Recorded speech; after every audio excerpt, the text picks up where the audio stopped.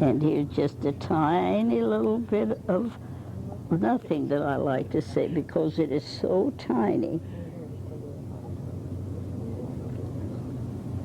Oh, here I thought you were going to find me in perfect ease. You what? I thought you were going to find me in perfect ease. I don't know what perfect ease is. Oh. It surely isn't stiffness.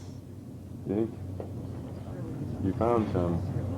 But for people who are stiff and don't know they're stiff, they could say they were in perfect ease when they wouldn't be, because you're dealing with your sensory mechanism.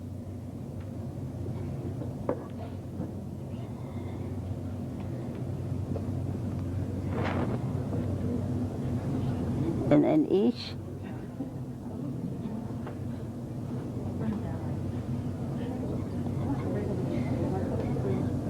and let's don't push against the chair. Let's move away from it. There. Now come back to it. See, you don't have to tighten excessively.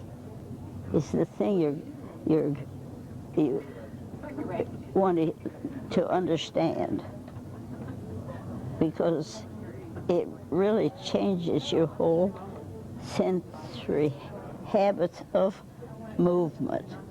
See, that's what we're dealing with.